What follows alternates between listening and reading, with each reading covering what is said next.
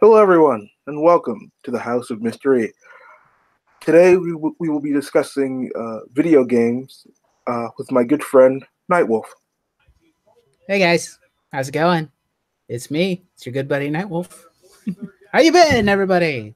I'm here. All right, so let's jump right into it. Nightwolf, what first got you into gaming? Well, let's see. I think I've told the story on my own channel, but I guess I can reiterate it here for those who might not know my channel. But I first got interested in video games when I was at a friend's house. There were neighbors of ours, and their two daughters, who were a few years older than me and my brother, were playing Super Mario Brothers on the original Nintendo system. And yeah, me and my brother were pretty excited and pretty interested in watching Mario jump and squish dudes and whatnot. But yeah, that's pretty much what got me started. What got me started was my father buying a Sega Genesis for me and my sisters. They weren't that interested, but I loved that thing, and my cousins would often come down and play. We had Sonic the Hedgehog, Streets of Rage, Comic Zone. Um, just I think we had this. There was an X-Men game based off of the 1990s cartoon, and no matter how hard I tried, I could not beat that thing because the final boss was Magneto, if I remember correctly, and Magneto was just unstoppable. Yeah. I might be somewhat familiar with that game, but I probably never got that far in it either. But I think I was playing the arcade version, not the Sega Genesis version. Yeah. So yeah, that's pretty much what got me started. Yeah. What would you say is your favorite genre? RPGs mainly, JRPGs particularly. I like playing a variety of different games. I like some action games, some open world games, but for the most part, RPGs is where my home tends to reside mostly. Anybody who watches my channel would know that if they see the content on it most of the time. It's like, oh, look, he played Valkyria Chronicles. Oh, look, he played Tales of Xillia. And what was it? Digimon Story Cyber Sleuth. It's like, wow, this guy seems to really focus on the RPGs. Yes, I personally I enjoy Western RPGs more. Yeah. But I also enjoy stealth games where you have to, think tactically and make sure that you stay hidden, like games like Hitman, Deus Ex Human Revolution, Thief, games like that. Dishonored. And I have played a number of JRPGs though. I do prefer the Western ones, but I do appreciate certain JRPGs. Like I'm a big fan of the Shin Megami Tensei series, and I'm currently playing through Valkyria Chronicles 2 right now. So not as good as the first one. I have not played the first one. I would recommend going and checking out the first one because two is fine, but from what I understand of it, they kind of removed a lot of the kind of the intensity and the drama that the first one had because it's more or less military school training and not really an actual war taking place. It's in a lull period. But the mechanics and everything are still fantastic, but it's just story-wise and whatnot, not nearly as compelling. Do you have a PlayStation 4? I do, but it needs to be repaired. I was intending to catch up on the entire series. Yeah. And I remember that 3 was not released, if I recall. Not in English, no. It was released, just not in English. There is a group of players made a patched version of it that worked with the PSP, from what I understand of it. So then you could have it translated into English, but yeah, it was never officially released in the West. Which, considering that they've been bringing it back, I hope that Sega will eventually consider re-releasing The Valkyria Chronicles 2 and 3 as well. That would be nice.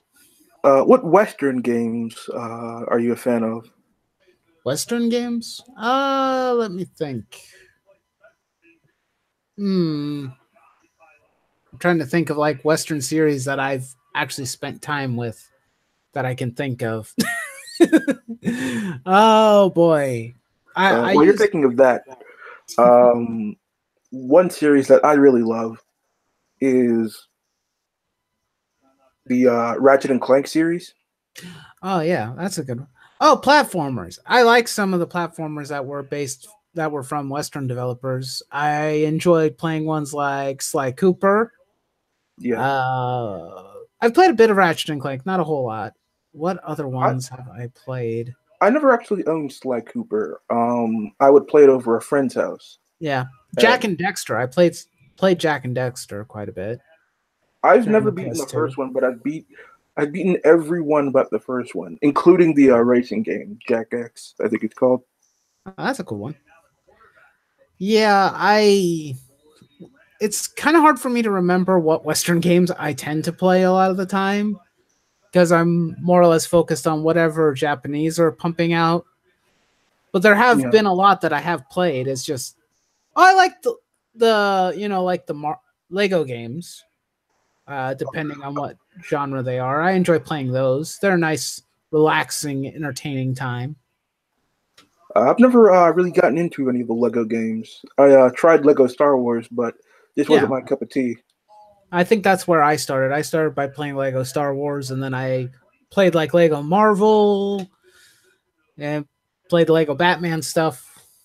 I think it's fun because of also when I was a kid, I was a big fan of Lego, so it just kind of brings me back to my nostalgic roots, I guess, of playing around with Lego and whatnot.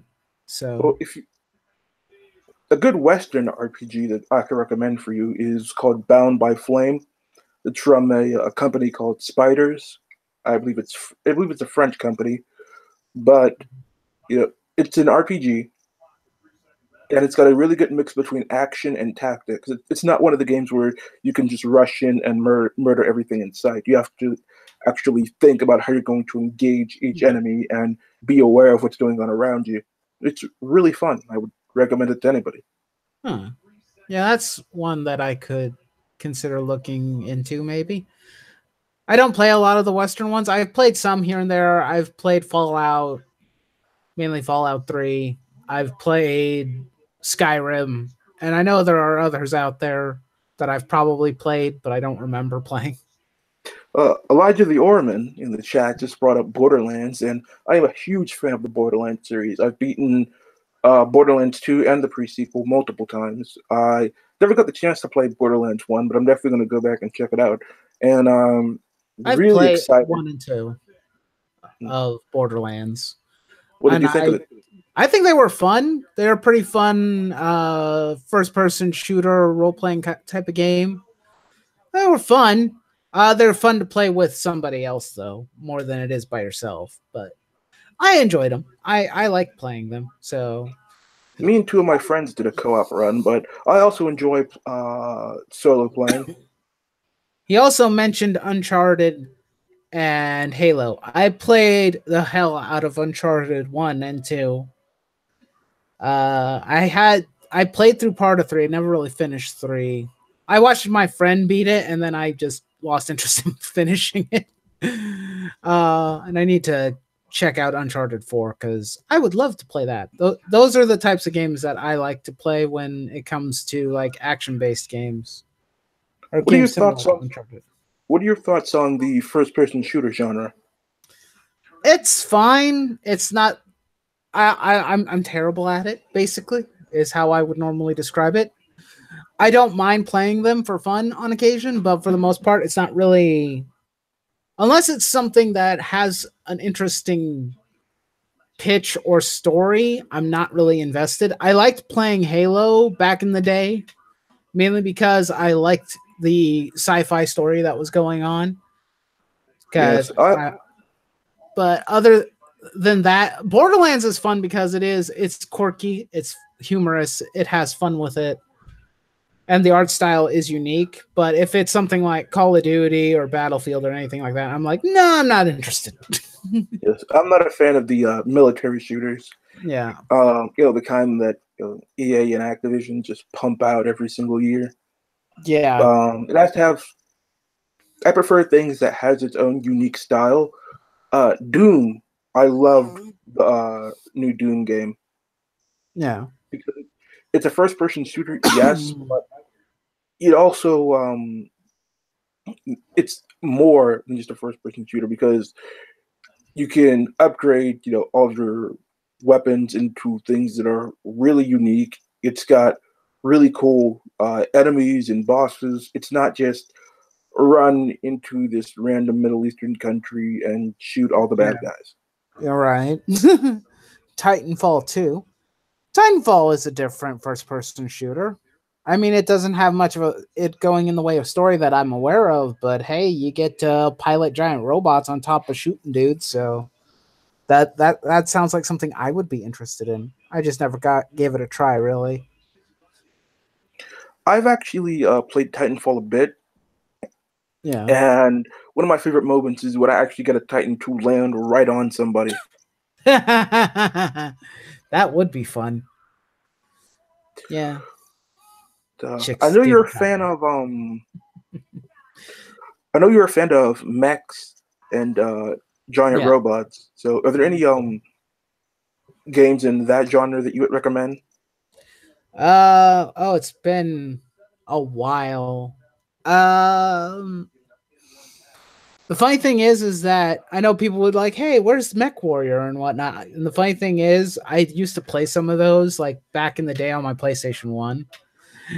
Uh but I can't remember the name specifically. But let's see, what mech games do I play the most of, or at least that have giant robots in them? I In the chat, play, we have in the chat we're talking about Armored Core, Zone of the Enders.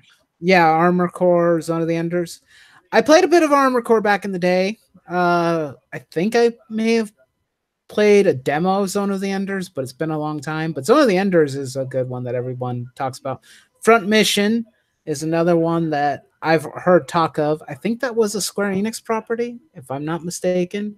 But it's a tactical RPG with giant robots. That would be fun. Let's see. The ones that I've played the most recently would be all the Gundam. God dang it. uh, Dynasty Warriors Gundam. I've played those. Those are fun. I'm trying to remember. Gundam Breaker. Gundam Breakers 1 through 3 I have played. And highly recommend 2 and 3. Don't really recommend 1 unless you can find friends to play with, because that one's old. But I played a lot of. Those are the games where you actually play as the moving plastic models, the Gunpla models. Yes. And I've seen that the customization in that is incredibly extensive. Especially if you're looking at Gundam Breaker 3, yes. Not so much in 2 and 1. Of course, that was because they were newer games and they were working out the bugs. 3 had the best customization in my opinion, because also any weapons that were attached to the suit also became weapons for the suit itself. But the most recent one, new Gundam Breaker that they brought out, what was it, last year? I didn't like it because they added more of the customizing options, but they removed the ability to use the things as weapons. And I was like, but if I want to put a funnel pack on my mobile suit, I want it to actual function as funnels. I don't want it just to be there for the sake of being a static part. So I wasn't a huge fan of that, and that's why I never bought it. Also, terribly designed game in many aspects. Not what I was hoping for, so I got disappointed. So I never bought it. What else was there? Let's shift gears for a little bit, Nightwolf. Sure. That's fine. Recently, there's been a lot of controversy in the gaming industry regarding certain business practices, such as DLC and microtransactions. What do you feel about those practices? It depends on how they're implemented, I think.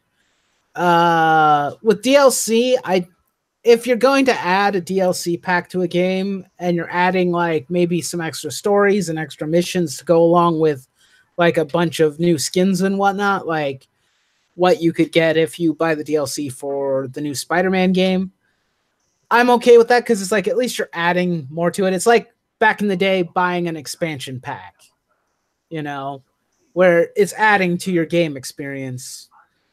I wouldn't say it's exactly like an expansion pack, though, because well, maybe not exactly. I think it's less content, but expansion packs were usually things that were added later to a fully developed game. With DLC, it's often that the things are already included in the game, but they are locked behind a paywall. Yeah, in certain instances when that is a problem, like that was a problem. I don't know how frequently that's a problem nowadays. I don't know because no one really reports or tells me anything about it. So it's hard for me to gauge whether or not the DLC was already in the game or not. But I don't like that a lot of the DLCs end up being overpriced. And I don't like, I think, I forgot. I play Gundam Versus. Those games have like a terrible system for DLC. You have to buy every single individual mobile suit you want and pay about $5 each. I'm like, no, that's too much. If you were to have put them in as a pack, like sell about 5 of them each for $1, I would be happy to pay extra money to have more things to play with. But it depends on how it's handled. Just to clarify, that is the new Gundam Versus for the PS4? Yes. I don't like you just talked me out of buying that. Well, yeah, it's a fun game, but unless you're playing online, it's really not worth your time and effort. And if you talk microtransactions, for me, if the game is free to play and you can and microtransactions are just like the way that you keep the game running, I don't have a problem with it. I have a problem with it if I already paid $60 for it and the microtransactions are tacked on. I don't like that. That normally irritates me when I hear that happening. Some people consider microtransactions to be predatory tactics by gaming companies, and they can get out of control. I remember there was a big controversy surrounding Konami's Metal Gear Survive because you actually had to do microtransactions just to get another save state. Yeah, I heard about that.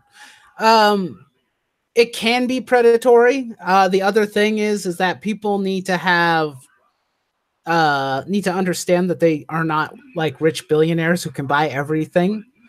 Some players spend like hundreds of thousands of dollars on microtransaction based games, whether they're free to play or not. You need to, limit yourself or understand that you can't you need to be responsible with your money, basically, is what I'm saying. It's like, if you're going to be investing into a game, be responsible. Don't, expend all your money on things. You need to know when to tell yourself not to buy that extra $3 thing or whatever the case may be. I play enough mobile games to understand that the microtransactions are a necessity for some of them, but you also need to understand the difference between being responsible with your money and wasting your money. Let's pivot from microtransactions to another thing that's gotten a lot of controversy: loot boxes.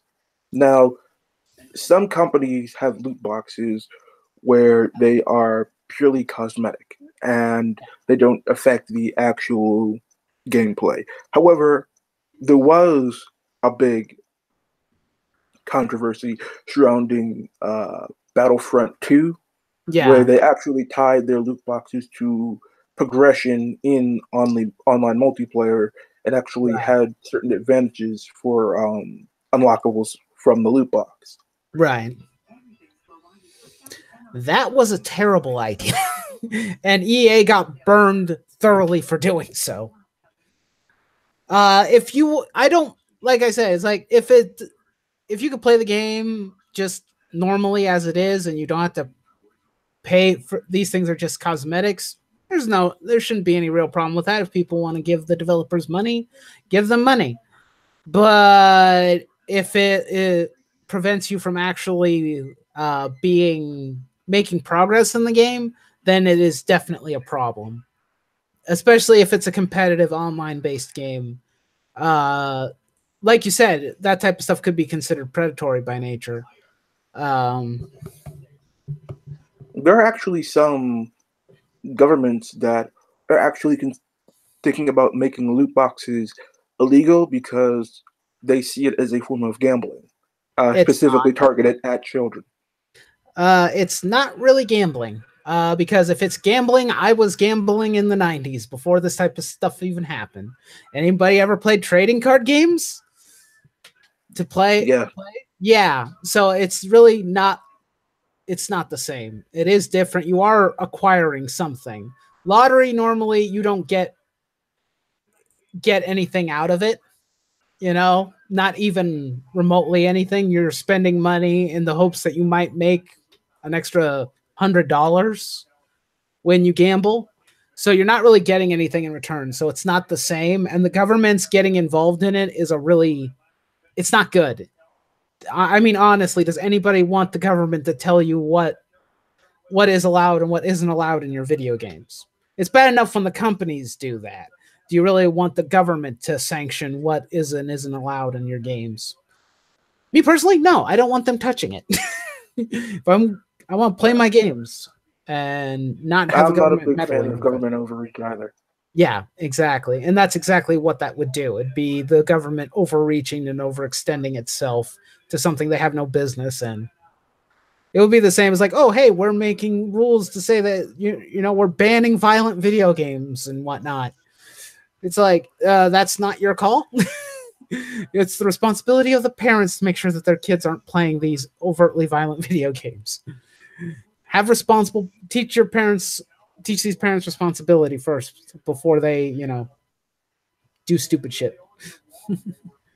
I guess. Companies have gotten into the habit in the past few generations of having patches after you purchase the game. Yeah. Now, in older generations, companies had to release a fully complete game and had to have the majority of the bugs worked out before releasing it because there was no way for them to fix it after launch. But now companies are releasing broken games that require day one patches in order to make them playable. Yeah. Do you think that companies should wait until the game has already been, you know, fully tested before releasing it? Or do you agree that it's fine if they patch it day one as long as you get the game sooner? I would prefer the companies to wait. I mean, we talked about like the more current Gundam Breaker game just a little while ago, and that was a problem that game had. They released a beta, and I put that beta in quotations because it was broken and the game was coming out 1 week from then. The beta did nothing. The game still came out incomplete with bugs and broken parts, and they had to patch it over the course of the next couple weeks or months. I think it took about a month for the game to be optimized so that it wasn't broken as much as it was when they first released it. So if a company has to take another month or so to get it right the first time, I don't mind. I'm patient. I can wait. It's not like I haven't waited for games before. But if it's really not in your best interest to release something that's broken. I remember like back in the old days, like when they released older games, if it was broken once you got it, it was broken. It could not be fixed. It could not be repaired. The bugs couldn't be fixed out of it. You're stuck with it. So like glitches and other broken mechanics could either be exploited or broke the game entirely. I remember playing like I think Final Fantasy Tactics, and back during the PS1 days, there was a glitch that could have netted you like infinite money and infinite job point system and other assorted things that didn't hinder your gameplay at all. And it's like, this could be a problem. And that's why when you get newer releases of the games, they're normally patched and those bugs don't exist or glitches. Yeah, bugs. Bugs that give you an advantage were always kind of cool to find in older games. Yeah. Me and whenever I would find something, like I would always be so excited to tell my friends about it because it's like a cool secret that you find in the game. Yeah. But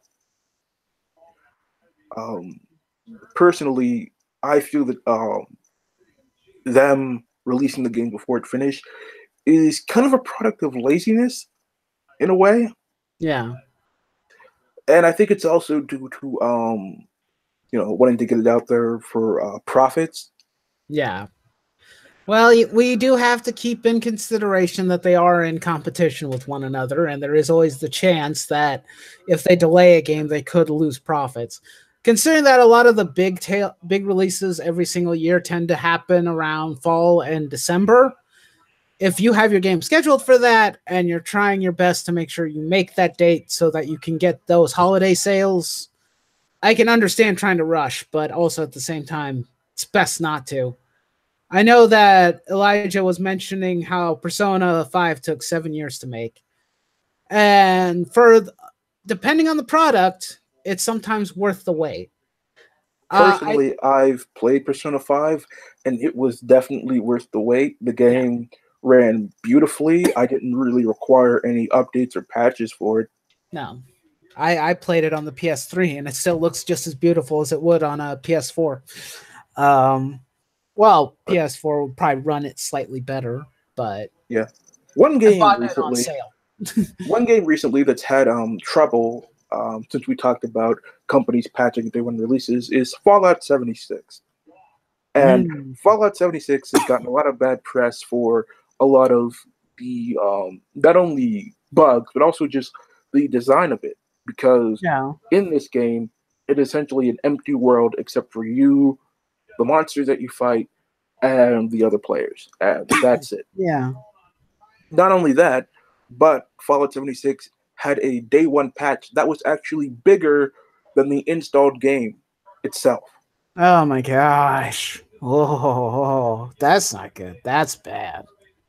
To make matters even worse, a lot of the assets for Fallout 76 were copied directly from Fallout 4. I remember reading multiple sources that it was so much a copy and paste that the comments in the code for Fallout 76 still had references to Fallout 4.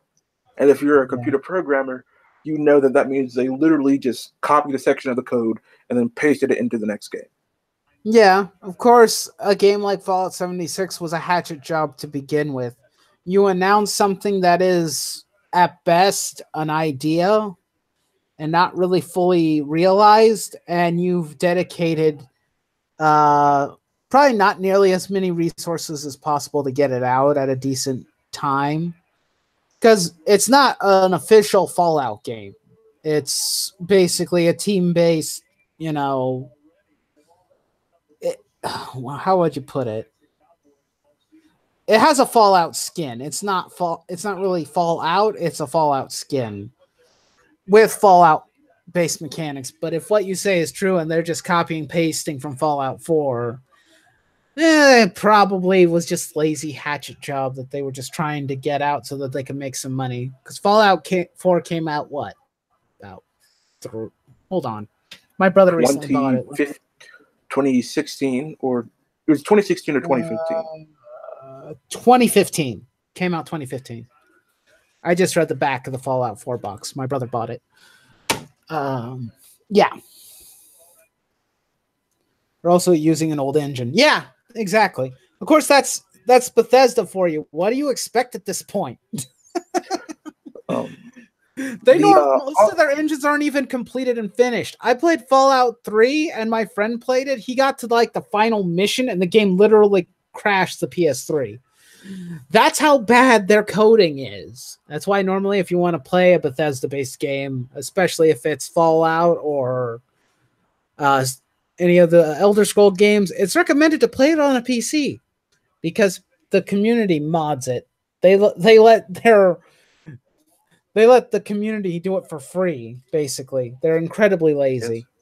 Bethesda is infamous for relying on the modding community to fix a number of their bugs. Yep.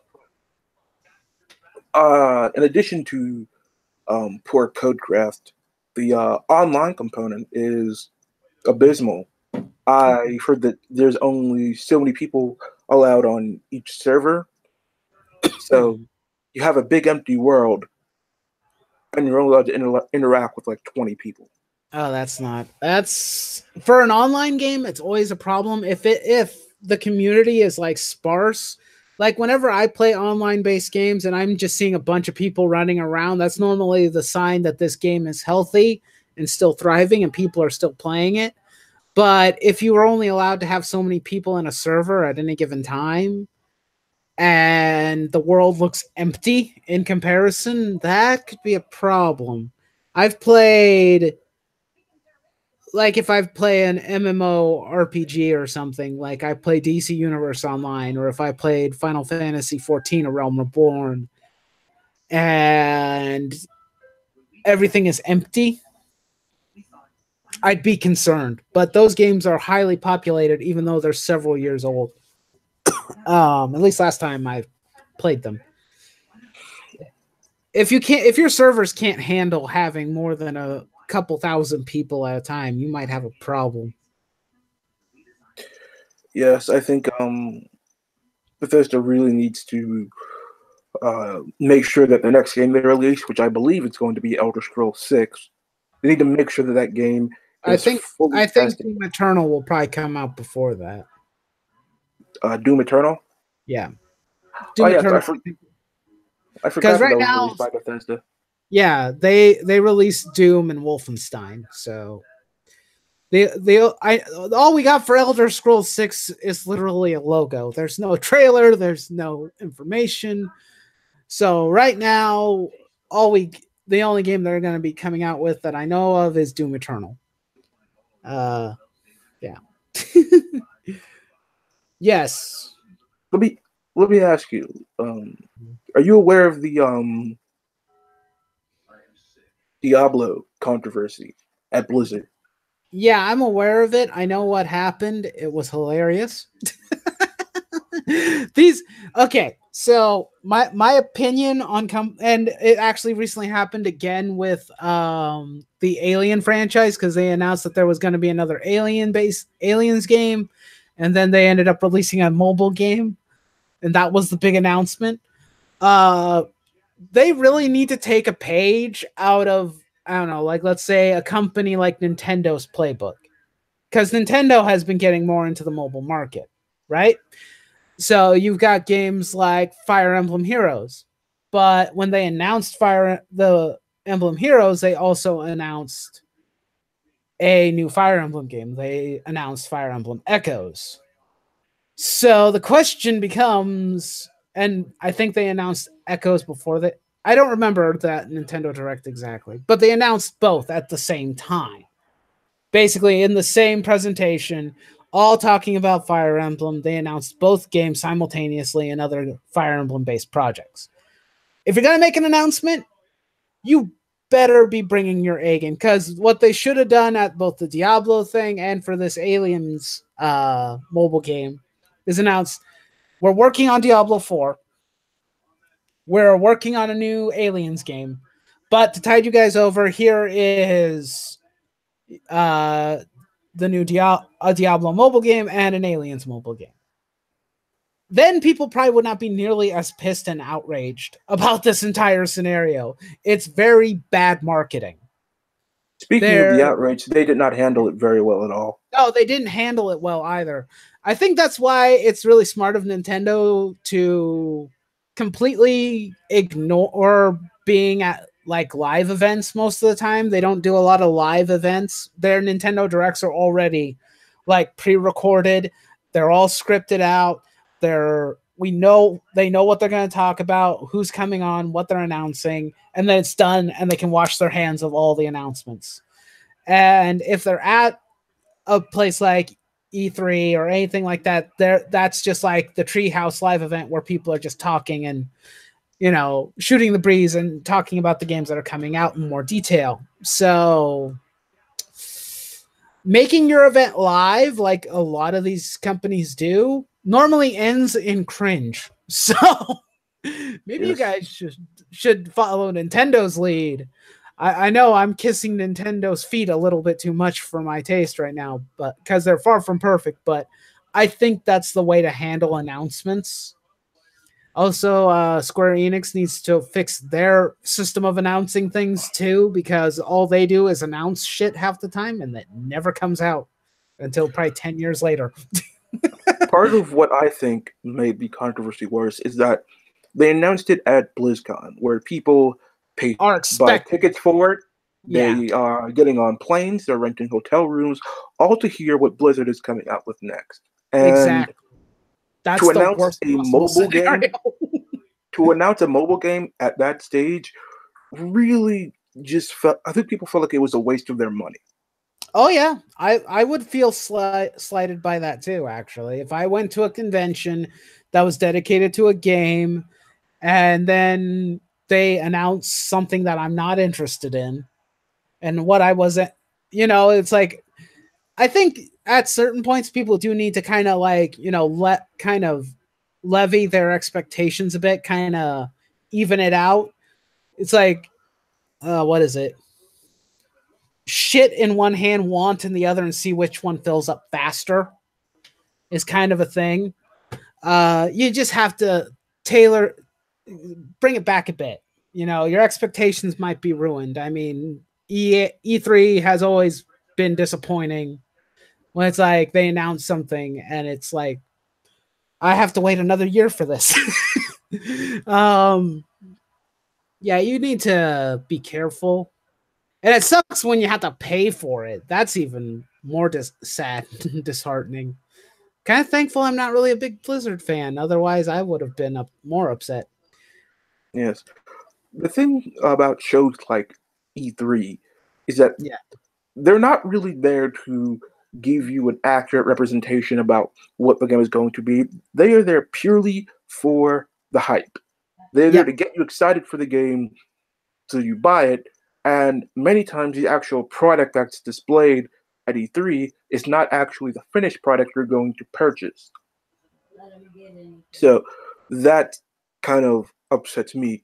There was a game that I had seen at E3. It was Dragon Age Inquisition, and it looked great. And I was really excited about the gameplay that they showed. But when I actually purchased the game and played it, a lot of the things I was excited about were not in the finished product. Yeah. Oh, believe me, I know about being burned by shitty games. Biggest example I can think of, Resident Evil 6. People were talking about it. I was excited to give Resident Evil 6 a try. I actually ended up pre-ordering the game, which is something I highly do not recommend anymore. Do not pre-order games at all. I don't care if you really want the game. I recommend not, because you might get disappointed. Wait for some reviews to come out. Wait for some feedback before you make a definitive purchase. Unless you're the type of person who could just throw money around willy-nilly and just buy whatever you want. Which most of the people in this audience, I can guarantee, can't. So, Nightwolf, Elijah the Orman asks, what's your opinion of Square Enix Western Sector, Life is Strange and The Quiet Man? Well, Life is Strange is kind of like just like an interactive movie, kind of. That's really not my style of game at all, and I have never heard of The Quiet Man. Have you? I can't say I've heard of The Quiet Man. I've heard of Life is Strange. It's on my PS3 because my brother wanted to play it. I don't know why. My brother can be weird when it comes to his game choices. Square Enix But does they have also good games I like. were well. I mean, they don't make the game, but they do publish Tomb Raider as well. So that is part of their Uh, Western sector as well. yes, they publish the Deus Ex series, and I really liked Human Revolution and Mankind Divided. I am really disappointed because they announced that the series would be put on hold. Yeah, So they had two really great games, and now they're putting it on hold. I'm really disappointed with you, Square Enix. yeah. I never pre-order a game a day in my life. Well, Elijah, you're a better man than me because I've actually fallen prey to that before. Not that I've really But been burned that much because most of the games that I used to pre-order were good because I mean the biggest pre-order release I can remember is pre-ordering Kingdom Hearts 2 and the other worst case scenario was Resident Evil 6. So I'm half and half. I'm even. At least from what I can remember for pre-orders. Could be others that I've pre-ordered that I forgot, but um, buy The Quiet Man, please. Can't say I've heard of it. I'm gonna have to look into it. you Yeah. mentioned Nintendo a number of times, and Yes. Nintendo is a company that I love a lot. Mm-hmm. They released a lot of the games that I enjoy, like the Legend of Zelda franchise, Metroid, Mm-hmm. Super Mario Odyssey, um, Smash Brothers is another big one. But also, what I love about Nintendo is that they're very innovative. They are not afraid to push boundaries and test new ideas when it comes to gaming. Yeah. Do you feel that companies have a responsibility to be innovative? Well, yeah, they should, considering that we have to pay money for a console or something. The biggest the biggest hurdle that like gaming consoles have, the only thing that they have the leg up on when it comes to like the PS4 and the Xbox is what games come out for it exclusively. That's the only gimmick they have because both rigs pretty much run similar hardware. They're just an overglorified, overpriced mid-tier PC rig as far as I'm concerned. And unless you buy the systems like at a discount or used, they're really not worth that much in the case of money. Nintendo does an excellent job of trying different things. Although people always say, but a lot of their games, their systems, flop and fail. Like the GameCube. And it's like, yeah, here's the thing. The GameCube was actually a much more powerful system compared to the PS2 and the Xbox. It was stronger, it was more durable, and also by stronger, it also ran a lot of the games better than on a PS2 or on an Xbox. So I appreciate the fact that Nintendo tries to make new things. Sometimes it ends up failing, sometimes it ends up succeeding. I think like right now the Switch was a really good idea. I think Making a system that you could take on the go with you. I mean, granted everybody like has a phone or a tablet already, but if I could bring I like that the game Joy-Con console. can split into Yeah. two separate controllers to play co-op while you're Yeah. traveling. It's That a is a pretty very nice cool thing. it's a nice feature. I don't know if I would like holding on to those Joy-Cons because they don't really I've seen them in person. They're really not that large. Although my hands aren't like massively huge either. So I think I'll be fine. But still, at the same time, it's like, how would you play on such a small little thing? If and when I buy a Switch, I would have to buy the classic controller. My hands are just too big. Right, yeah. I would probably prefer playing on a classic controller unless I'm taking it with me. I'd probably bring the. I would. You need the Joy Cons in order to play the games anyway. So, which I would probably end up doing a lot if I was allowed to bring the game system with me. I mean, I Which bring my Nintendo 3DS with me a lot of the times when I'm feeling like playing it. which do you prefer, Nightwolf? Do you prefer mobile gaming on a phone, or do you prefer handheld consoles like the 3DS or the? I'm not going to say the Vita because the Vita sold terribly in the West.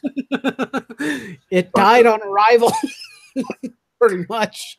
but do you prefer mobile or handheld?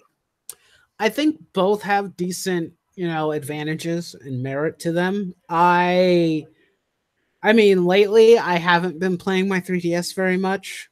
I probably should because I should probably finish up playing Fire Emblem Echoes at some point. But I like playing on a. I like the console ones or the handheld consoles. They are a good way to have a pretty deep and involved game within them.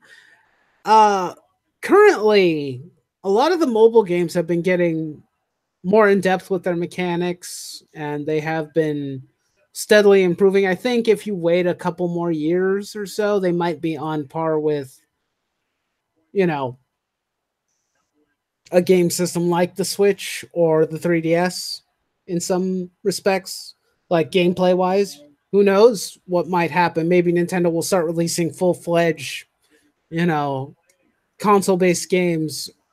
Like maybe they'll re release some of their old games for mobile and you I could think play some of those old ones. the issue with mobile gaming of that depth is that you would need a very powerful phone in order to run it. Because I Yeah. have a phone right now that can't play certain games because it's not that powerful, and Yeah. that can run you into some serious money. Like Right. you want to get the Right. latest iPhone, like that's up to $1,000 now. Well, But you a can new always buy one. You can buy their. I think it. I don't remember what company it is, but there is a company that makes phones that are on par with the iPhone and the latest Samsung devices for half the price. That it's like only $500 for the phone, and it can run multiple games at the same time. Apparently, I was recently at a T-Mobile store, and the guy was trying to sell this thing really pretty hard. Um, it was I can't remember the name of the company, but there are some Asian-based companies that are bringing their phones here to the West, so might be worth looking into one of those if you want a decent phone or tablet that can play games. I play mobile games on one of the tablets that we have. I play Fire Emblem Heroes and Fate Grand Order, so and they run decently well on it. Not amazingly, but they run decent enough on it that I can play them. I also used to play Duel Links on it too. do you are you a fan of the Pokemon franchise? Yeah, I've played Pokemon since the first ones. I like Um, Pokemon. I recently tried playing Pokemon Sun, Yeah, and while I did enjoy some of the new mechanics and the change in region was refreshing, one thing I didn't like was the extended cutscenes that yeah, they made you go through. That was just really annoying because whenever I pick up a Pokemon game, I just wanna go. I just right. wanna go catch Pokemon, train them, battle trainers. Yeah, But these cutscenes, they were way too long, yeah. and at a certain point, I just actually put down the game. This is the first Pokemon game I ever just stopped playing. Hmm. I haven't played Sun and Moon yet. I would not But recommend it. considering that they were trying really hard to probably were trying to make it a more cinematic game, which they've been doing now for a few years off and on. They've tried it with others. They tried it with the Omega Ruby and Alpha Sapphire. They tried it with X and Y. They did a little bit more cinematic stuff with like Pokemon Black and White too. Um, Well, the thing about Black and White is that the cutscenes would like you would go through the cutscene, but it wouldn't last for more than like 5 minutes. right. It would be characters talking back and forth, and then the other characters would leave, and you could continue on your adventure. Yeah. These would last for 10 minutes, sometimes Yeah. more. Well, I mean, the whole And tutorial lasts over an hour long. yes, that was From what I remember watching other people play it, it takes like almost an hour just to get through the tutorial before the game stops holding your hand. Yeah, it's like I kind of miss the old days when Pokemon games didn't, hold my hand everywhere. It's like, yes, I know what I'm doing. I know there are new players that might not know, but I know what I'm doing. Give me the option to skip. I Maybe feel that's like what they they were should try and do. far less condescending back in the old days. Yeah. Not only Try. that, but I That feel like was, they're adding a lot of new mechanics and then abandoning them yeah. because in X and Y they had Mega Evolution, and then Yep. in Sun and Moon they had Z moves, Yep. which you're just throwing mechanics out there on Nintendo without really seeing if they'll stick. Oh wait, yeah. The opening tutorial is 3 hours long. Thank you, Rabbit, for correcting me because I forgot. Yes, thank you, Rabbit Sensei Gaming. Yeah. But Nintendo actually has gone back to Gen 1 with Pokemon Let's Go Pikachu and Let's Go Eevee. So, what do you feel about them returning to where they started, but with better visuals and a few more features? Well, considering it's the first time in a long time that they've brought a Pokemon based game to a console in a long time, I'm for it. Some of the mechanics in it are a little weird to me. The fact that leveling Pokemon isn't based on actually fighting wild Pokemon, it's more or less catch multiple Pokemon. And also fight the trainers, and that's how you would level. So people who were fans of things like Nuzlocke challenges and whatnot, yeah, you aren't going to be having a Nuzlocke challenge on that game anytime soon. Considering, I think they did basically they were trying to hybrid their Pokemon Let's Go app with an actual game. I mean, it seems to integrate well, but I'm not a huge fan of it. But at the same time, I like the updated visuals. I do What do you like think that. of the motion controls being used to actually throw the Pokeball and catch it? Well, like you said, like we mentioned earlier, at least Nintendo is trying to innovate, and considering that they talked about the functionality of the, I can't even remember what they called the thing on the Joy Cons, Rumble control or motion. I believe I it's can't. Rumble. I can't remember what they even called it, but I think it was a good way to implement it into the game. At least, just play the game like with one hand and throw Pokeballs at Pokemon. Engage the player in having fun throwing, feel like you're actually catching something.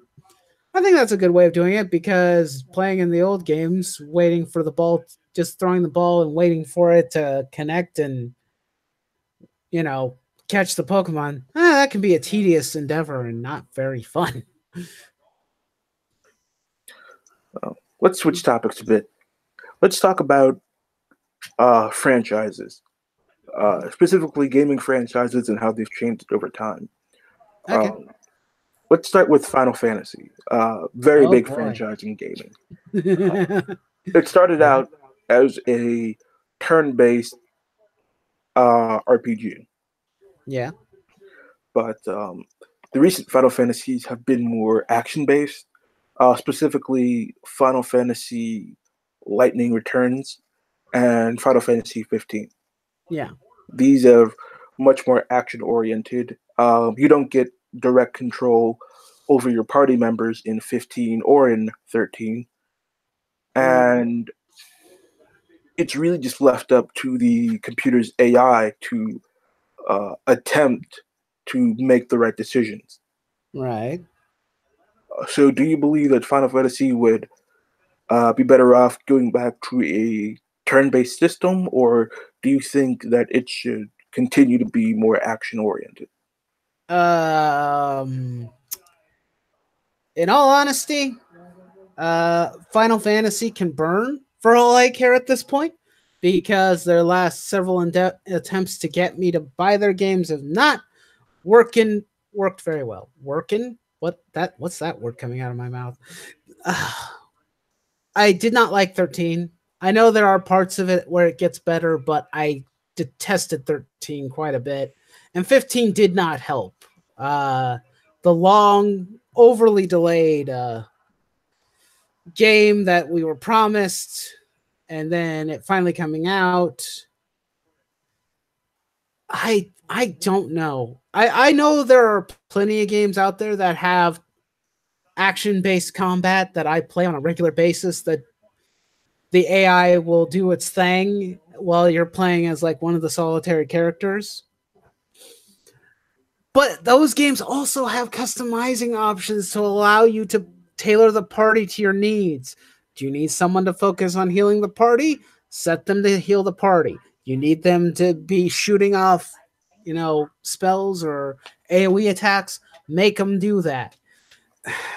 The problem is none of those games have that mechanic that I'm aware of. You can't tell your party what to do, or at least give them some form of AI direction that allows they just do everything based solely on their program.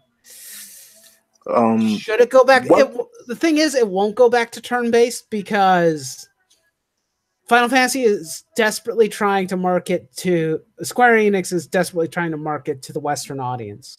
They don't care about their Japanese audience anymore. At least from what I can understand and from what I can tell. Because 15 is pretty much just an overglorified open world game. It's not any different from something like Fallout or Skyrim or any of the other games. One thing that I find lacking in... Well, there are two things that I find lacking in modern Final Fantasy. One is the fantasy, because in 15 you're driving around in a car, you're wearing real clothes, you're eating real food. Like, where is the fantasy in this Final Fantasy game? You have to ride the chocobo. And the second thing that I find really lacking is a dedicated class system where your character is this class, this is what their role is, and you have to figure out the best time to use them. When's the best type of battle to use your spellcaster? When's the best time to use your tank or your healer or your gunner, your buffer, your debuffer? Like, instead, Final Fantasy 13 had the paradigm system where you could actually change your character's role, and that really just took me out of it. Yeah, I didn't like the system. I mean, at least they still were giving the characters the ability to have classes, so to speak, and being able to shift between classes like you would in other games, like depending on scenarios and situation, which does at least allow for some form of strategy. But I never liked the system. I thought it was stupid. If I wanted to have a dedicated healer on the party, I just want to have a dedicated healer. I don't want to have to shift between several different outlines in order to get the party's health back up. It's annoying and it takes up time in combat. And 15 was even worse because everybody in the party has their own dedicated style of weapon, and Noctis can mimic and copy every single goddamn one of them. You want him to shoot like, I can't even remember, Prompto? You can switch to gun. You want him to be like, I think his name was Gladius, the big dude with a giant ass sword. You want to swing a big ass sword? Boom, there you go, giant ass sword. And then you can do Ignis's weapon, or you can focus on Noctis's weapons. So what you're saying is Noctis is the Kirby of Final Fantasy 15. Pretty much. He can mimic everybody in the party. At least everybody who's a main part of the party. I don't know, because there are like side characters that do join the party. I didn't get that far in the game because I dropped it after trying to play it for a couple of days. I was like, this game is hot goddamn trash. I hate this thing. I don't like these characters. I don't like the dialogue. I'm bored out of my mind because I have to wait about a half hour before I even get to my destinations. Oh, look at all this pretty scenery. Yeah, that's vacant and barren and has barely anything on it. At least in 13, when you open the world, at least you had a lot of things living in it. Can't say the same for 15 because it's pretty devoid of life. Let's switch to a different franchise. The Legend of Zelda, which started out as a 2D kind of dungeon crawling adventure game.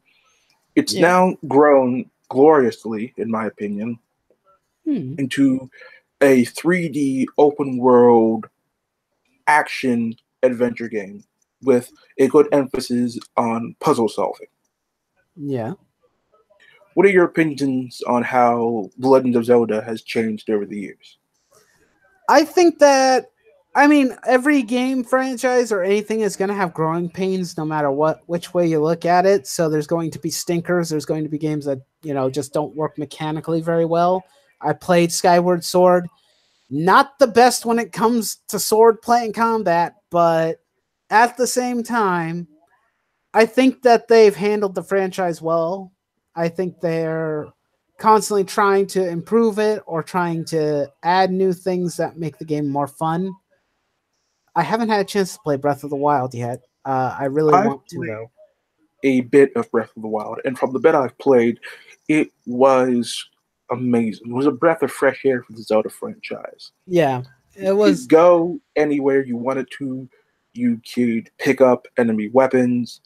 You could explore. And one of the things that I felt was lacking in previous Zelda games was combat. Because, yes, you get a lot of weapons, but there's not really too many enemies you fight. You know what I mean? Yeah. In Breath of the Wild, there are a plethora of enemies that you can go up against. So combat does take a much bigger role in this game, which I really enjoyed. Yeah. Yeah, the game looks like a lot of fun. Elijah's pointing out like the durability system. Yeah, not really a big fan of that.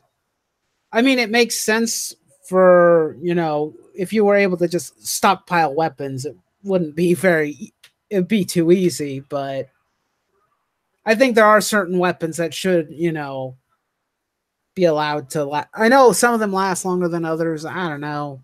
I haven't had a chance to really play the game myself, but I actually don't mind the durability system because it makes you think about when to use which weapon, and it right. makes you careful not to waste valuable weapons on a useless enemy.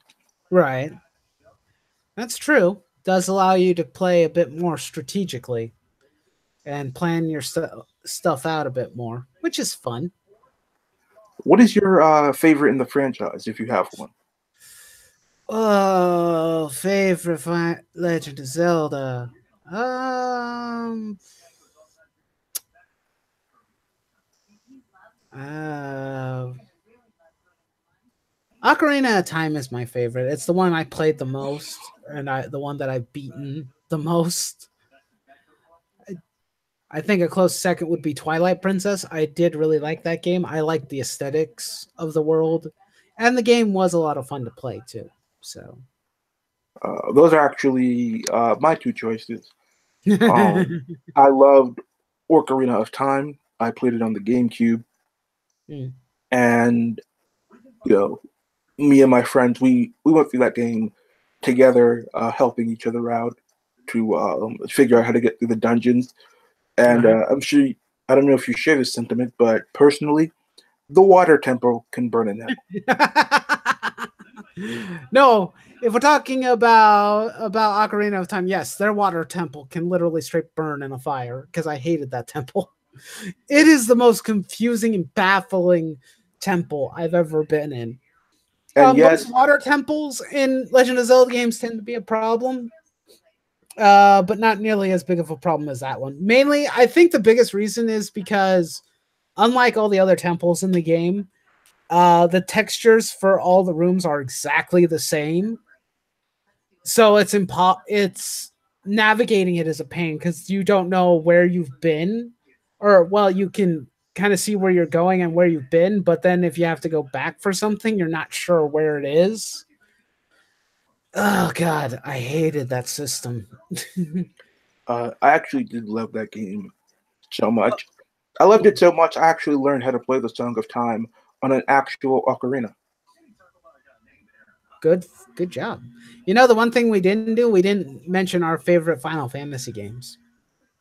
Oh yes, let's do that right now. Yeah, sure. Favorite Final Fantasy game? Final Fantasy IV, because I like the story, I like the characters. The protagonist, Cecil Harvey, is my all-time favorite Final Fantasy protagonist, full stop. And it has one of my favorite supporting characters, the Dragoon, Kane Highwind. Yeah. Kane is a cool dude. I like 4. 4 is a really good one. I played the remake for like the DS and whatnot. It's a good remake. I like having the updated visuals and whatnot. It's definitely on the top. I like playing Final Fantasy 7. I know I'm a basic bitch, but but funny thing is, like, I actually ended up playing 8 before I played 7. That's the funny story. My friend brought Final Fantasy 8 to my house, and we played that first. And then, like, several months later, he brought 7, and I fell in love with 7 a lot more than I did with 8. 8 is fun, but I liked 7 more because I like the world better.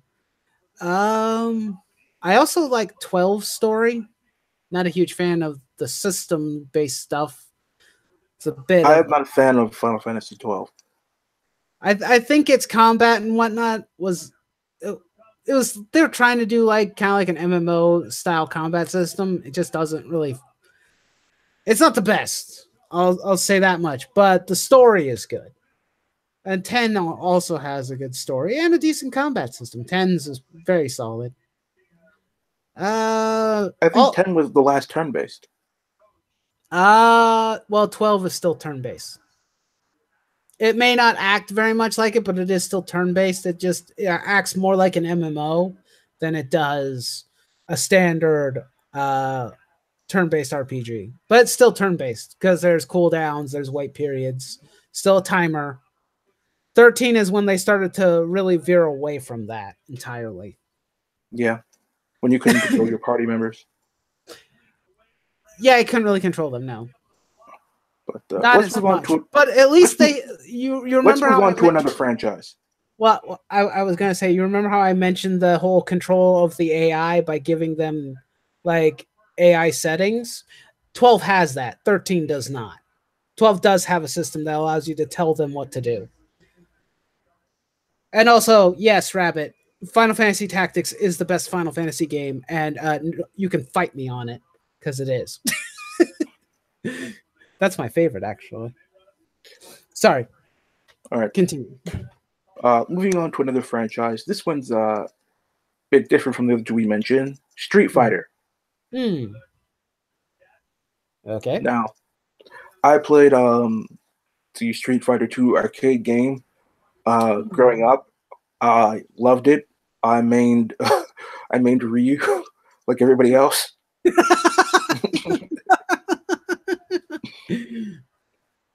But a lot of the things I loved about the Street Fighter series, like stringing together the combos and actually having to learn what the specific combos are, so you don't just get curb stomped. Yeah. The Street Fighter franchise has really changed. It's a bit more button masher, and yeah, they introduced ultimates. Yeah. I don't believe old Street Fighter had that, and I prefer not having ultimates because I think at that point you have to rely more on skill. Yeah. That's a fair point. I'm not the biggest verse fighting game guy. That's my brother. He loves those games a lot more than I do. I like them, and I'll play some of them. Not the biggest Street Fighter fan. I've played a fair amount of them. I played Street Fighter 2. I think I played Third Strike. Yeah, I've played Third Strike. I think I played a bit of 4. Yeah, I played a bit of Street Fighter 4 because my brother had it at one point. They're fun, but I'm not as wholly dedicated to learning moves and whatnot. That's the reason why I'm probably not going to say that I have a main, because I don't. I think the only character that I would spend the most time playing around with was Vega, because I liked the mask. And the fact that he had the claws was kind of cool. But other than that, I barely played that. I played more King of Fighter than I played Street Fighter. All right, we've been asked a question from Rabbit Sensei Gaming. Okay, question for Mr. E and Wolf. What's the better fighting game, Street Fighter or Darkstalkers? Sensei, I have never played Darkstalkers, so I'm going to have to say Street Fighter. I've played some of Darkstalker. I have one of them on my PlayStation 3 once I downloaded it for free. I think it's Darkstalker Resurrection, but I never really played that much of it. If I were to pick, I think I prefer Street Fighter over Darkstalkers, but Darkstalkers and Street Fighter are both really good games. So, depending on what Street Fighter game you're playing, basically. But I don't know. Street Fighter, Tekken, Virtual Fighter. I like Tekken. I like Virtual Fighter, and I like Soul Calibur. I am not a big fan of Tekken, mainly due to childhood trauma. Oh. I would play a lot with my cousins, and I would always pick, I believe his name is Hwan Rang. He's supposed to be the Korean guy. Yeah. And I dedicated a lot of time into learning this character. Yeah, my cousin would always beat me because he would pick that breakdancing asshole Eddie Gordo. That's what traumatized you? I got traumatized in like Tekken 4, or was it? No, wait, it was Tekken 5. I got freaking triggered by the final boss in Tekken 5. That asshole can burn in hell. That's the only time when fighting games piss me off the most is when I'm playing when considering Elijah is mentioning King of Fighters, when the game gets King of Fighters syndrome, when the boss is like the most overpowered and ridiculous enemy you could possibly fight. SNK boss syndrome. Yeah, SNK boss syndrome. I mean, Street Fighter has similar issues sometimes. I mean, Bison is one of the harder fights in the game, but he's also not as big a dick as like King of Fighter bosses. But a lot of the Tekken games, especially much later on, because I think it was either Tekken, I think it was Tekken 5, where you had to fight Heihachi's grandfather, or no, his father. You had to fight his father. The guy was a goddamn dick. The guy could like eliminate you within a few seconds because he had a move that could take half your health. I don't think you can block it. I don't think you can protect yourself from it. It's kind of similar to like Devil Jin with some of his moves. Let's talk about an interesting thing that you just brought up. What's your least favorite boss fight? A boss fight that you just hate so much? That one comes to mind. Other boss fights that I dislike. While you're thinking, I'll tell mine. It's actually Ifrit from Final Fantasy XII. Because I walked into there not knowing what I was getting myself into, and that thing just continued to beat the shit out of me. Yeah. 12-year-old Mr. E was ready to throw his controller against the wall. And if I had done that, my mom would have tanned my hide. But yeah. But yeah, that's one of my worst boss fights that I've ever been through.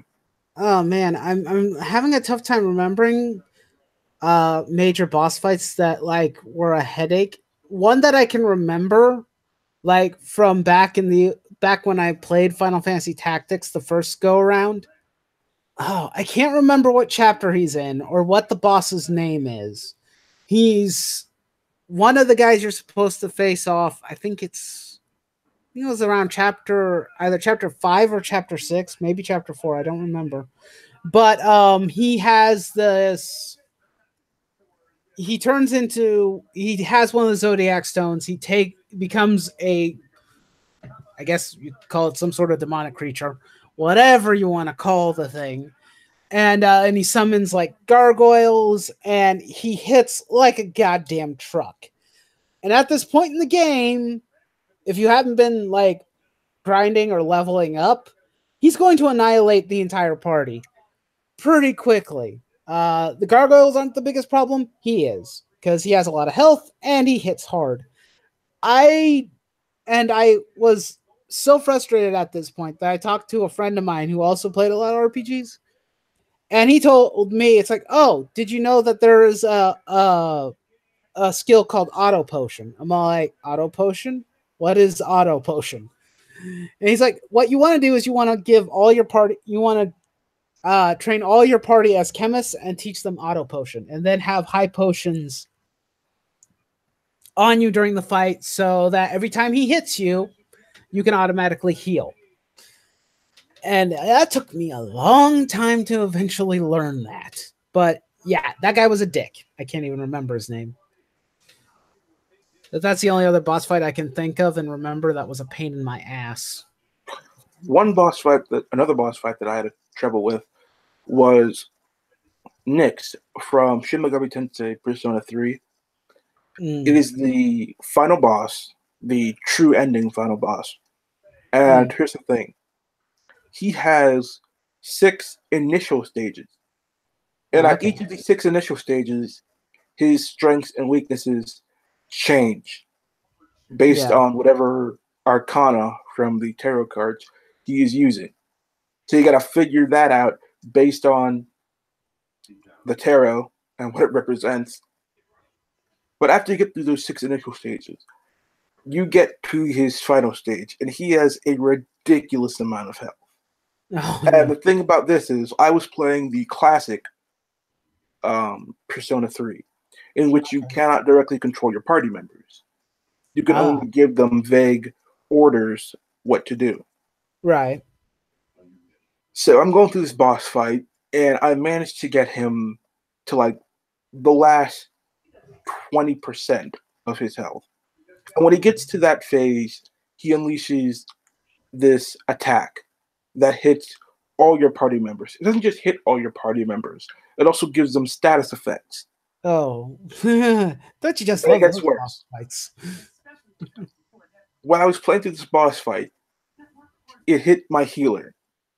It charmed my healer. Oh, no. And my healer used the most powerful healing spell in the game on the boss. So all my characters are hurt. Half of them have status effects. The boss is back to full health. And I'm already burned through 2/3 of the items I prepared for in this fight. Yeah. You cannot imagine my frustration. Oh, I can imagine it. I don't like bosses that have things like status effect. I mean, I understand why it's there, but if the individual can do random status effect, that's not like specific, that can be a real pain in the ass. And Elijah reminded me of one of my more traumatic boss fights. He mentioned Sephiroth in Kingdom Hearts 2. That's funny, Elijah, because in Kingdom Hearts 2, he's a bitch in comparison to Kingdom Hearts 1. You think that the Kingdom Hearts 2 boss fight against Sephiroth is hard? Try playing 1. No, seriously, try playing 1 because I still can't beat him. He's an optional boss fight, and he will murder you. I tried fighting Sephiroth in Kingdom Hearts 1. I fought him once, and after that, I was just like, nope, not doing it again. Yeah, considering he has the skill that takes away all your health but 1, and then considering his range and reach with that long sword of his, he can just automatically kill you. And that's how most of my fights with him ended. With that. Yeah, Kingdom Hearts 2's boss fight with Sephiroth, that ain't nothing. So long as you reach the appropriate level and you're well equipped, you can beat him a lot easier. He's actually not nearly as irritatingly difficult. I should know, considering that I beat him in 2.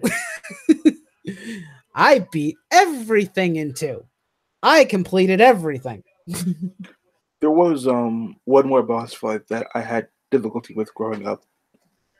It's Stone Cold Steve Austin in WrestleMania 2000, the Road to WrestleMania mode.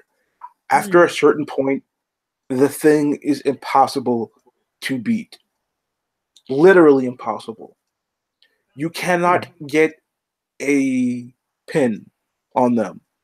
And if you try to fight them outside of the ring to ring them out and then run back in, Yeah. they will run back in right alongside you. Yeah. No matter how hard you beat them, no matter how much damage you do, at a certain point, it becomes impossible. Yeah. That is a perfect. That game is a perfect example of SNK boss syndrome. You think? Yeah, I can remember something similar to that. I don't remember which WWE game it was, but it was a Road to WrestleMania based story. I think you played as a custom. It was the custom character story.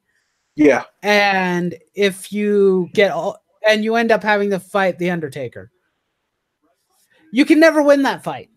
There is no win scenario. You have to lose. I tried multiple times.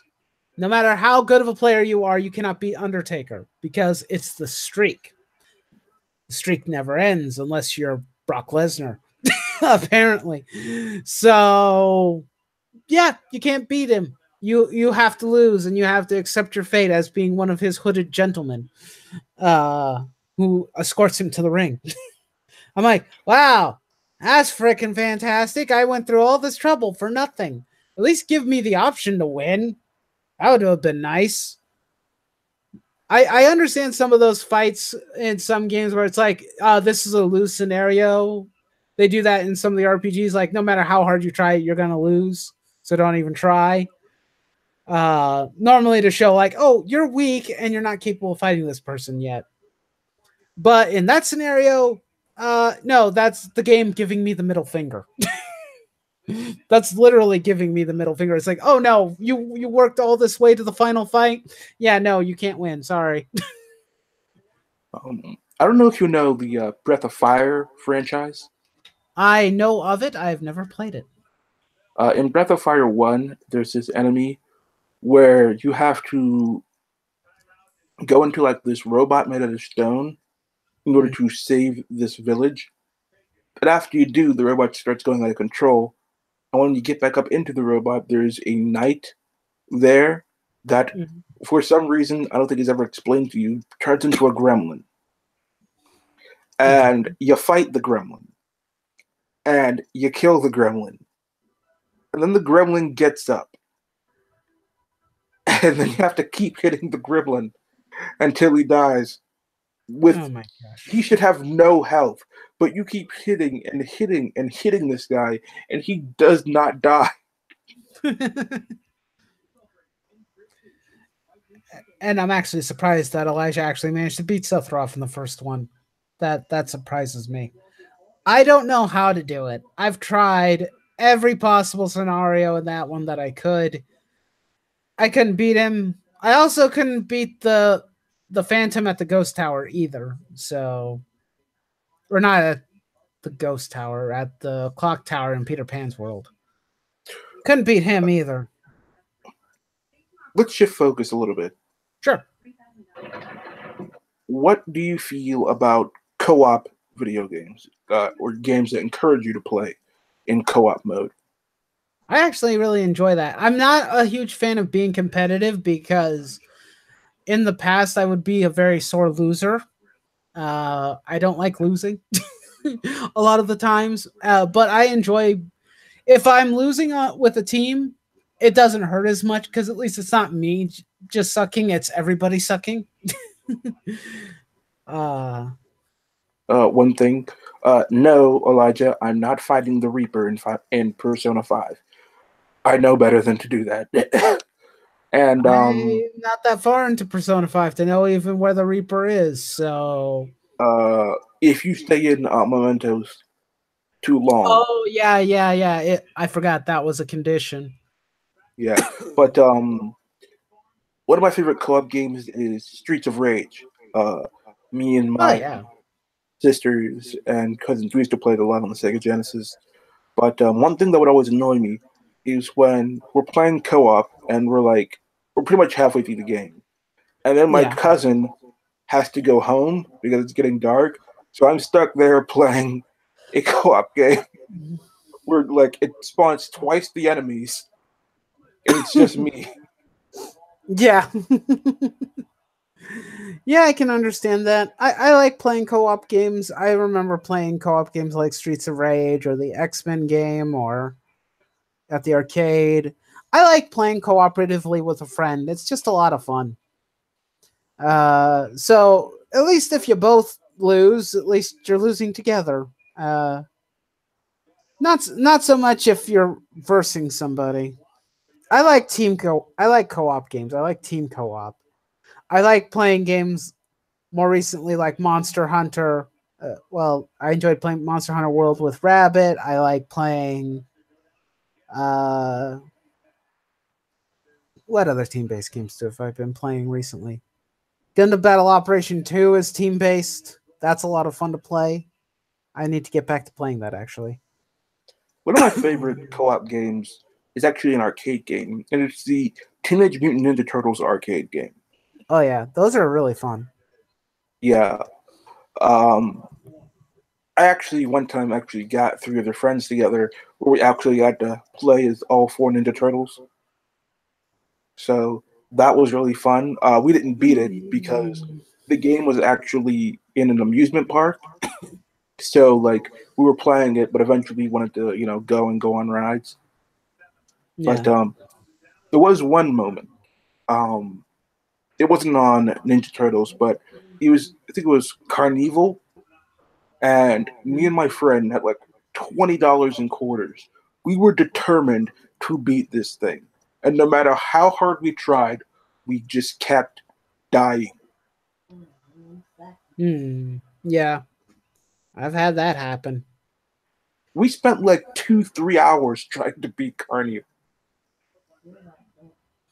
I can understand that frustration trying to beat a game like that. Rabbit, stop trolling me. I'm not going to play more Bloodborne. No, I don't want to. Can't make me. Sorry. I've actually Go ahead. I've actually never played any of the Dark Souls Bloodborne games. I think if you're going to be a relative newcomer to it, I think you should probably not play Bloodborne. You should probably play Dark Souls instead. But if you don't like the fact of crazy overly hard boss syndrome, you might want to avoid it entirely.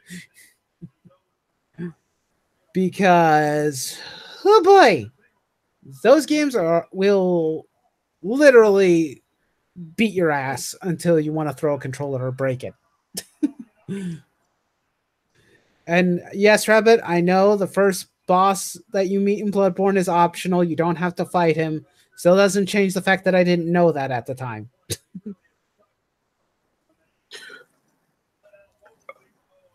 Let me ask you a question, Nightwolf. Hmm.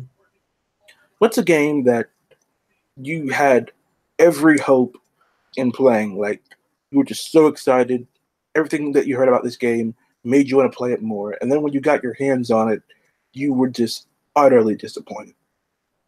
Resident Evil 6? Kind of. I got disappointed with that. Considering the length of time it took to get Final Fantasy 15, I was hoping that it would be better. I wanted to have a clear mind and actually give the game a chance. I didn't want to rag on it just because I had bad experiences with Final Fantasy 13 and its overlong development cycle. But at the end of the day, I ended up just being disappointed with that game. If I've been disappointed by other games that I thought were going to be really good, I can't really think of any others that off the top of my head, that I've played that I got disappointed with.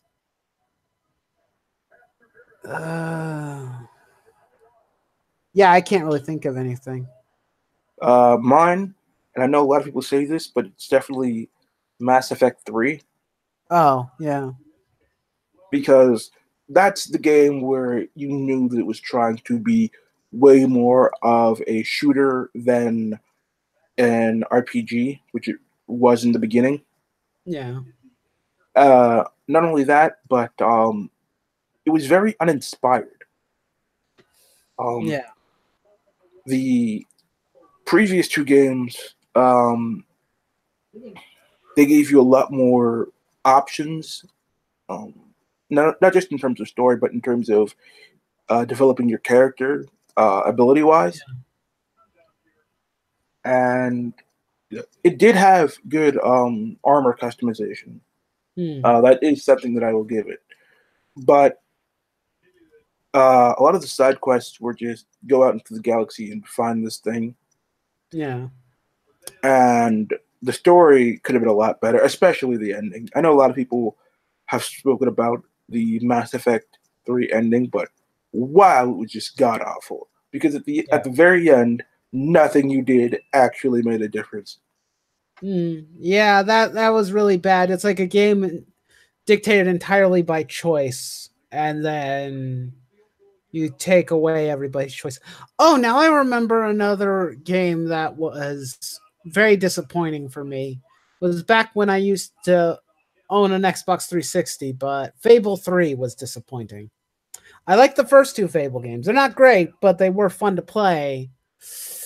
But Fable 3 ruined my enjoyment because it took away, well, because in Fable 2, there were like three different routes to take.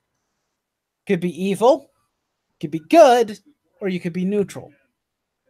All three of those options were at the end of the game and did impact basically kind of how people would view you in the end. In 3, however, there was only good and evil. They removed the option to be neutral, and also ruined. It was all based entirely on financing. I was like, I get it. I'm the lord or king of the kingdom, and I have to fund all this nonsense. But the evil route is punish the people, make them hate you. But it's the only way to stop the evil that is coming. Do good, the people love you, but you can't. Everybody dies. It's like, so there isn't an in between. There's no alternate option, and the only way to actually get a positive ending and being able to do and still be good by the game standards is stockpiling a crap ton of money in advance before this happens. And that is legwork that I do not like. So that was really disappointing. Let's see. Yes, Mighty Number 9 is also a disappointment. Yes, that was supposed to be the spiritual successor to Mega Man, and then it took a crapped the bed shit. on that one. Yep, it took a shit. Here's one: No Man's Sky. Ooh, anybody who bought into that game, I feel sorry for. It's like it's a very pretty place setting, but there's nothing on the plate. Yeah. I think the biggest problem with that game is the ambition of it. It's similar to the Fable games. It's like it's an ambitious undertaking, but it's going to be very hard to meet those expectations. And No Man's Sky is probably the worst possible example of like having very high expectations for a game and it immediately, shitting the bed with how bad it is. Battle Network is a great group of games. I liked Mega Man Battle Network. I enjoyed them too. Jonah Art says PUBG. I have never played PUBG. I don't care. I honestly don't really care for. If you think I don't really care very much about first-person shooters, third-person shooters are even less likely to be in my list of things of me playing. Not a fan of PUBG. I mean, the fact that it won a Game of the Year award when it's an incomplete and unfinished game tells you like how freaking messed up the system is when it comes The Game Awards are pretty much a joke because the awards aren't really the main focus. It's pretty just much every award show is a joke to me. oh yeah. I mean, I used to kind of joke about award shows and whatnot. Not really on my YouTube channel or anything, but like when I was younger and I was just I would watch an award show. I'm like, well, this award show was garbage. Wow, that was terrible. But now it's just like, oh yeah, you guys aren't even trying to hide the fact that this is shit. That's why I don't even bother to look at like the anime awards or any other award-based show. It's like, well, I know for a fact you guys are just stroking each other's ego and kissing each other's asses. So, and it goes to whoever paid the most money to you, probably. It's not even based on the audience's interaction with the game or what they thought of it. Allegedly, Orman, Metal Gear Survive is an abomination that should have never existed and should be wiped from the face of the earth. Yeah, that was a really bad idea. It was really just Konami trying to take a shot at Kojima by trying to profit off the franchise that he helped steward. And Lord Almighty, did they mess up? Mm-hmm. The most atrocious thing to me is the microtransaction for another save state. I know we mentioned this earlier, but it just needs to be said again because that is the stupidest business decision I have ever seen. Yeah, I remember games that used to put, they had like certain types of save features like, oh, you save too much, the game will like do something. Or like you're limited at how many times you could save, like the old Resident Evil games, Dead Space. They limit the amount of times you can save in the game, which makes sense considering that they're survival-based horror games. It's like the intention is to be careful when you save. But asking you to pay for an extra save slot, that's just dirty.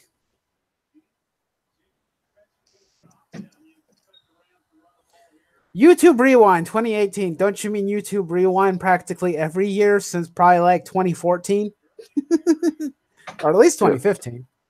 It's really hilarious that YouTube, the company, has the most disliked video on YouTube, the platform. It shows how disconnected they are from their actual user base, doesn't it? Kind of just shows you how much of a mess it is. I know we're on that platform and we're talking about it, but at this point, YouTube doesn't care. I gotta say, it was in YouTube Rewind, and I gotta say, the amount that I don't care about Fortnite would astound you. I am so sick of that damn game. I'm not a huge fan of seeing it either. I actually prefer it when people are just making jokes about it. It was fun for like the first 2 months it came out, and then it just got swamped by 12-year-olds. Yeah.